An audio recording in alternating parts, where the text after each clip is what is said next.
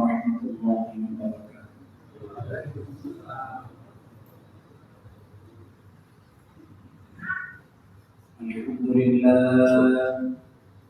الحمد لله نحمده ونستعينه ونستغفره ونؤمن به ونتوكل عليه ونعوذ بالله من شرور أنفسنا ومن سيئات أعمالنا من يهده الله فلا مضل له ومن يضلل فلا هادي له ونشهد أن لا إله إلا الله وحده لا شريك له ونشهد أن سيدنا وسندنا ونبينا وبشيرنا ونذيرنا وطبيبنا وطبيب أرواحنا ومولانا محمدا عبد الله ورسوله أرسل الله بالحق بشيرا ونذيرا وداعيا إلى الله بإذنه وسراجا منيرا. أعوذ بالله من الشيطان الرجيم. بسم الله الرحمن الرحيم.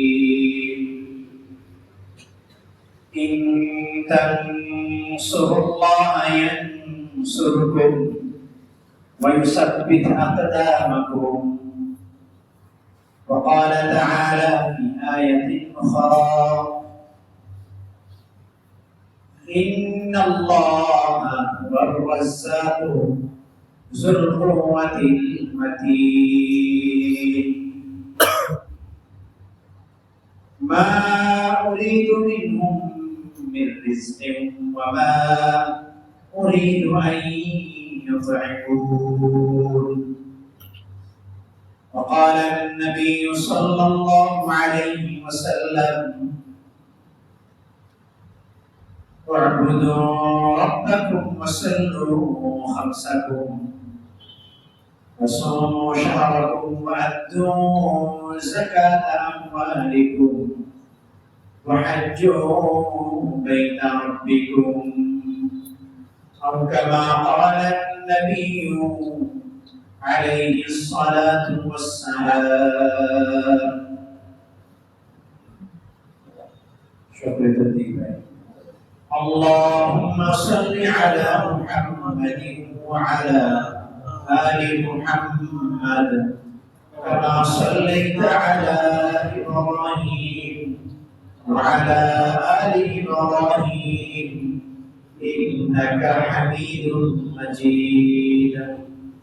اللهم بارك على محمد وعلى آل محمد كما باركت على إبراهيم وعلى آل إبراهيم إنك حميد مجيد. الحمد لله. معزز محترم সম্মানিত মুসলিম کرام, আল্লাহ রাব্বুল আলামিন আমাদেরকে যাবতীয় কাজ থেকে ফারিগ করে জুমার নামাজ আদায় করার জন্য মসজিদে আসার তৌফিক দান করেছেন। আল্লাহ রাব্বুল ইজ্জতের দরবারে অত্যন্ত আজমতের সাথে অন্তরের অন্তঃস্থল থেকে শুকরিয়া আদায় করছি। আলহামদুলিল্লাহ।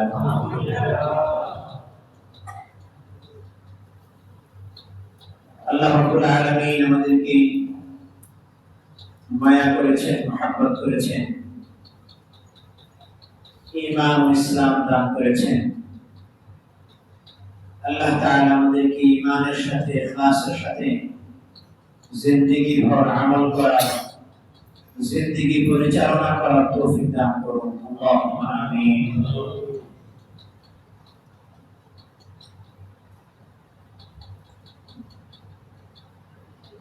কোরআনে কারীম থেকে একটি আয়াত পড়েছি, হাদিস পড়েছি। আয়াতের সারমর্ম হলো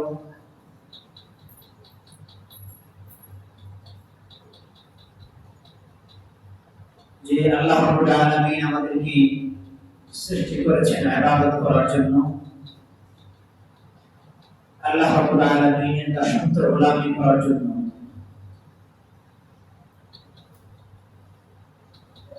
আল্লাহ রাব্বুল আলামিন আমাদের কাছ থেকে ঈমান এবং আমল তথা ইবাদত চান।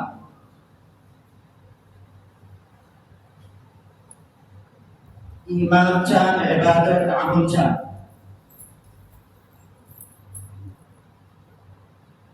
আমি প্রায় সময় ঈমান সম্পর্কে আলোচনা করি।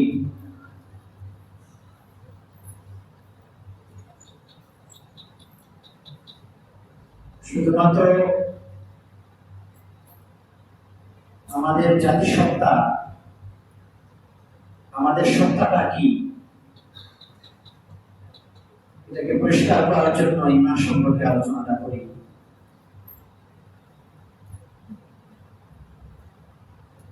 আজকে আমরা সামগ্রিকভাবে চতুর্মুখী ফিতনার মধ্যে আছি। এই ফিতনাটা কেন? শুধুমাত্র ঈমান থেকে দূরে সরার কারণে।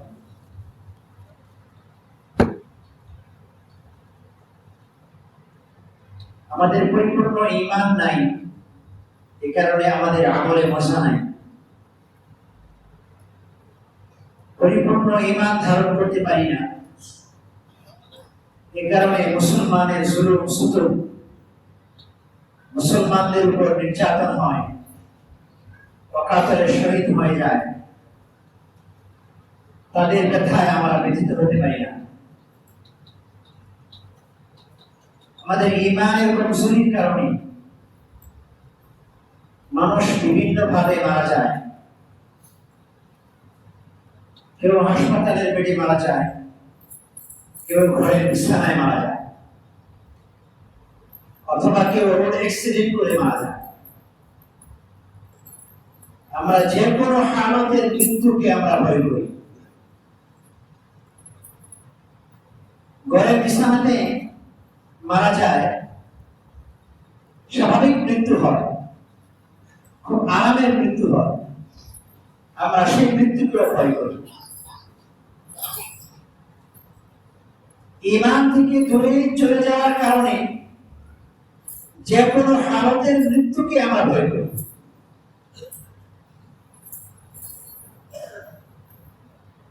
ঈমান থেকে দূরে সরার কারণে আমরা জিহাদকে ভয় করি।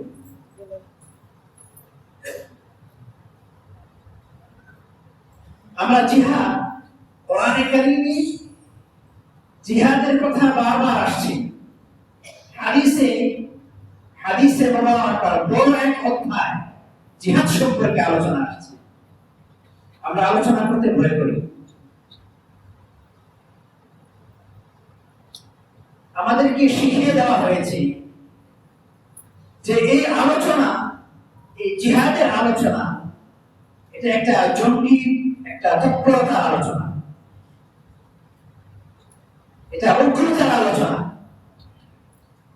এটা ফিতনা ফাসাদের আলোচনা। এটা মুসলমানদেরকে শিখিয়ে দেওয়া হয়েছে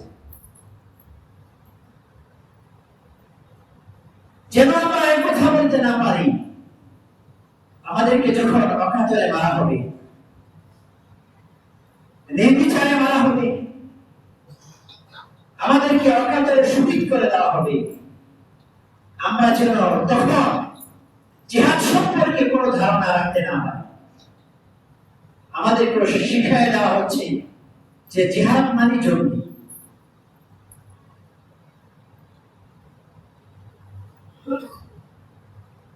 শুধুমাত্র ঈমানের কমজোরির কারণে আমরা এ থেকে অনেক দূরে।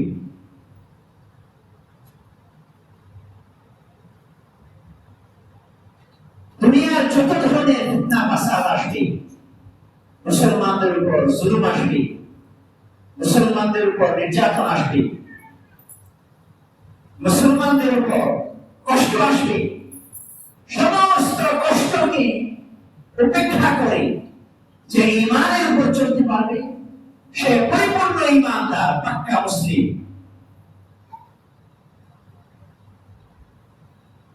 আল্লাহ তাআলার সাহায্য নসরত ততক্ষণ পর্যন্ত আমাদের উপর আসবে না যতক্ষণ পর্যন্ত আমাদের চোখের পানি, আমাদের শরীরের রক্ত এবং আমাদের শরীরের ঘাম, এই তিন পানি যখন একত্রিত না হবে ততক্ষণ পর্যন্ত আল্লাহ রাব্বুল আলামিনের নসরত আমাদের জন্য আসবে না।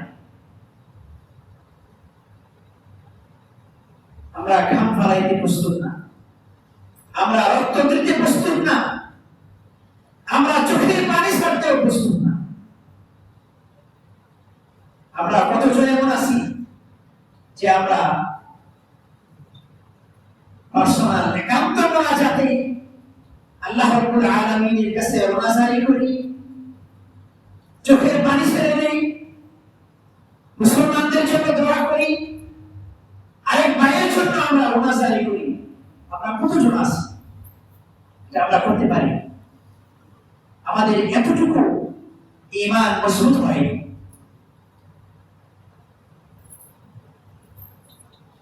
অথচ আল্লাহ নবী সাল্লাল্লাহু আলাইহি ওয়াসাল্লাম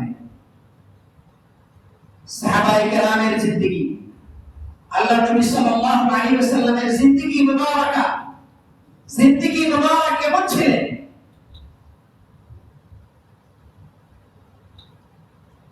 আল্লাহ নবীর জিন্দেগি দুটো পার্ট, একটা পার্ট হলো মক্কি জিন্দেগি, মাদানী জিন্দেগি।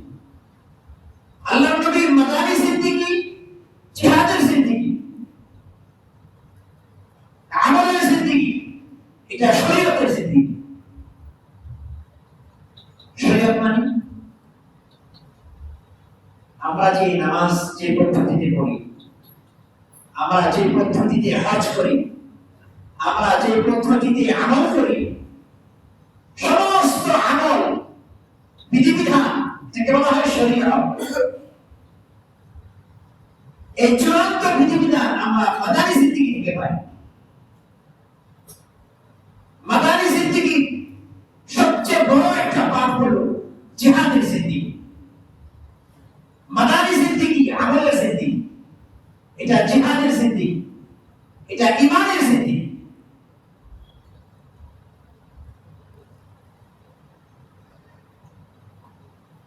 মক্কি জিন্দেগিতে আল্লাহ নবী সাল্লাল্লাহু আলাইহি ওয়াসাল্লামের উপর জুলুম আসে। আল্লাহ নবী সাল্লাল্লাহু আলাইহি ওয়াসাল্লাম জেলে আবদ্ধ হন। মক্কি জিন্দেগিতে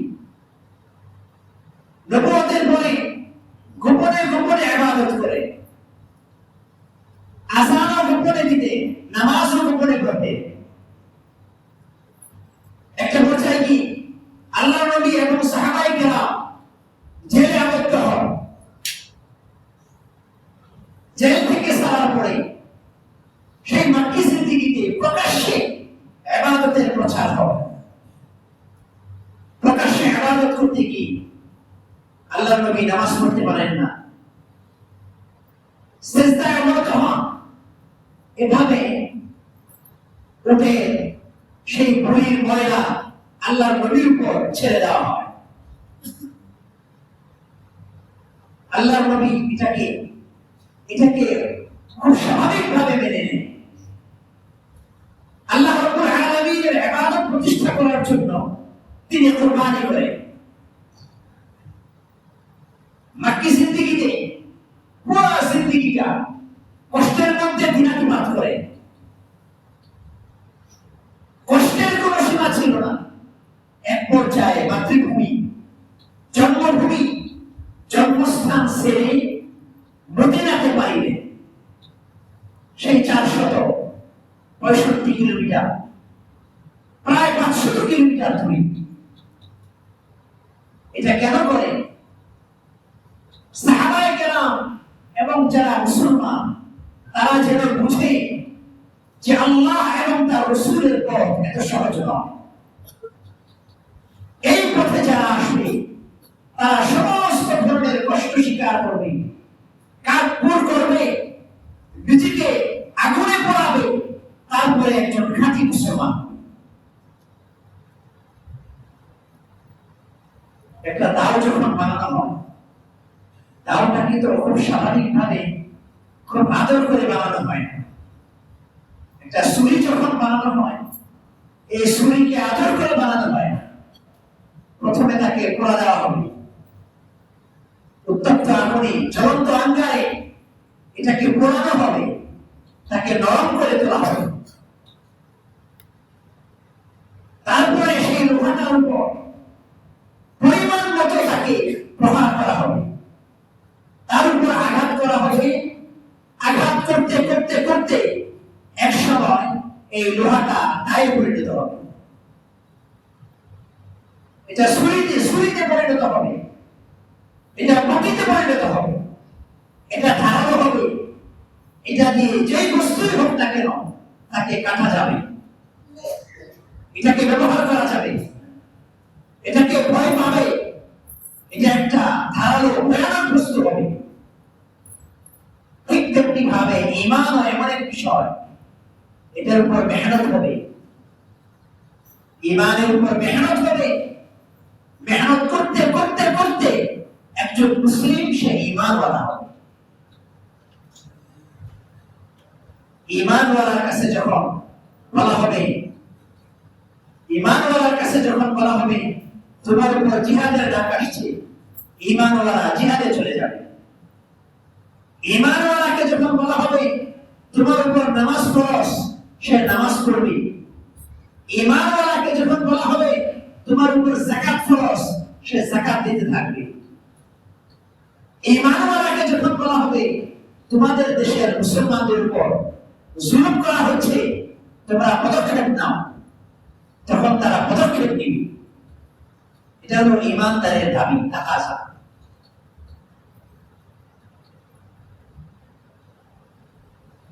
আজকে আমরা চতুর্মুখী ফেতনা প্রতি,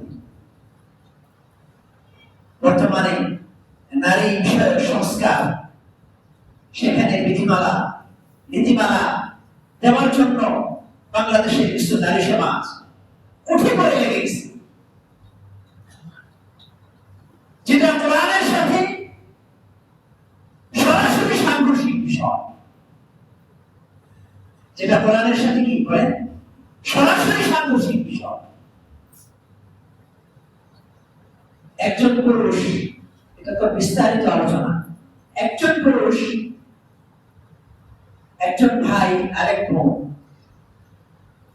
কোরআনের বিধান হলো ভাই বোনের 2 অংশ পাবে। ইউসিকুল্লাহু ফি আওলাদিকুম লিযাকারি মিসলু হাদ্দিল উনসায়াইন, সূরা নিসা 14 নম্বর আয়াত।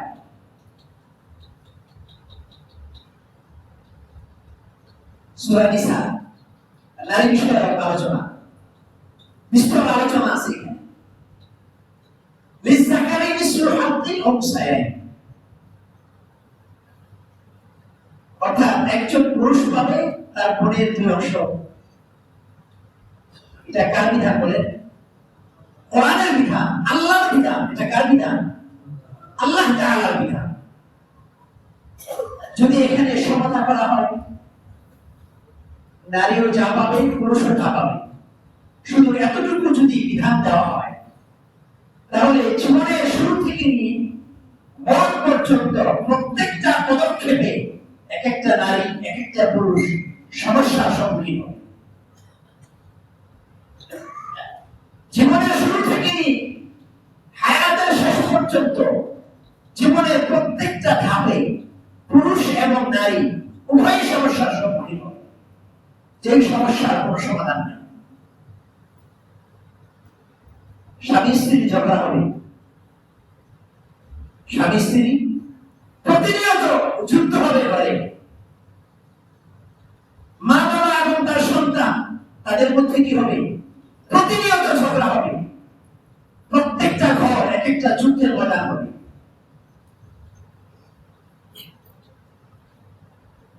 জীবনের প্রত্যেকটা ধাপে হয়তো পুরুষ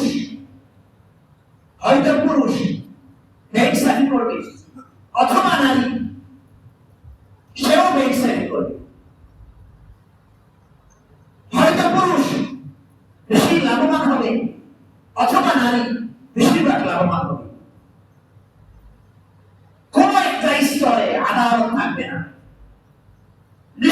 থাকবে না, ইনসাফ থাকবে না। কোরআনের সাথে সরাসরি সাংঘর্ষিক হওয়ার কারণে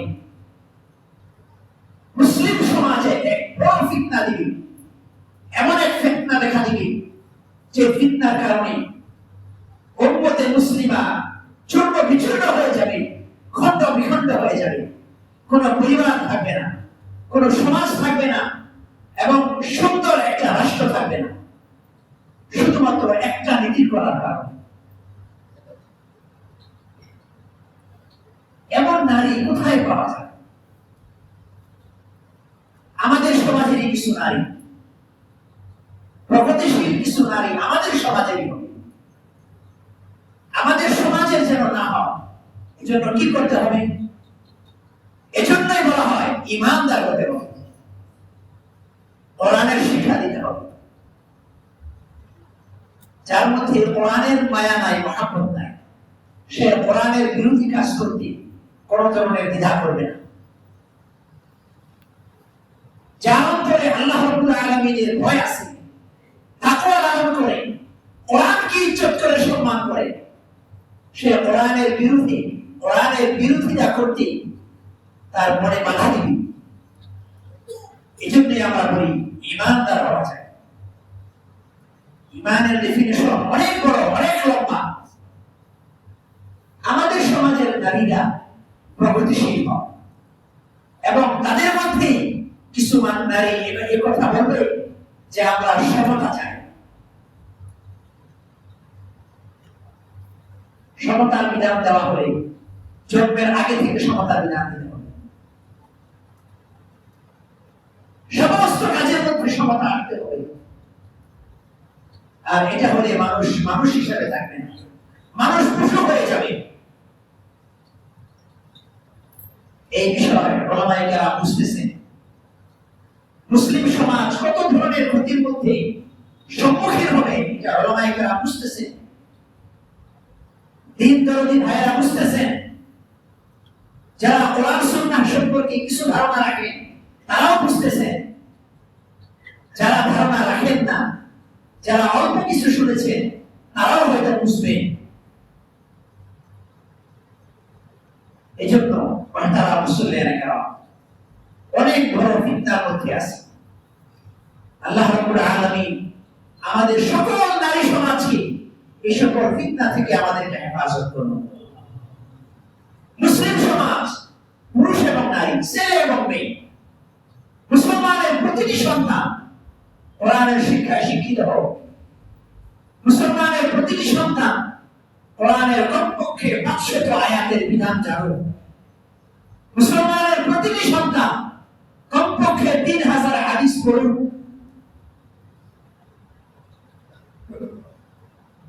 তাহলে মুসলমান হিসাবে, ঈমানদার হিসাবে আমাদের জীবন ধারণ করা সহজ হবে। তা না হলে আমাদের ঈমান কে চুরি করে নিয়ে যাবে এটা আমরা বলতে পারব না। আশা করি হয়তো অনেকেই আমার কথাগুলো বুঝেছেন, আবার অনেকেই হয়তো বুঝতে পারেন। এই জন্য এই কথা বলি যে নারীর মধ্যে যে নারী পুরুষ সমতা, এটা একটা ভয়ঙ্কর সিদ্ধান্ত। সরাসরি কোরআনের সাথে সাংঘর্ষিক বিষয়। যে বিষয়ের দিকে যদি মুসলিম সমাজ দাবিতে হয় তাহলে কোন মানুষ হিসেবে থাকবে না। মানুষের মধ্যে পশুত্ব চলে আসবে, মানুষের মধ্যে মানুষের আচরণ থাকবে না, মানুষের মধ্যে পশুর আচরণ চলে আসবে। আল্লাহ রাব্বুল আলামিন আমাদের সকলকে কোরআন সুন্নাহের সঠিক বুঝ, কোরআন সুন্নাহের সঠিক ফাহাম, সমাজ আল্লাহ রাব্বুল আলামিন আমাদের সকলকে দান করুন। ওয়া আখির দাওয়ানা আলহামদুলিল্লাহি রাব্বিল আলামিন। যাদের সুন্নাত বাকি আছে আল্লাহ কাছে সুন্নাত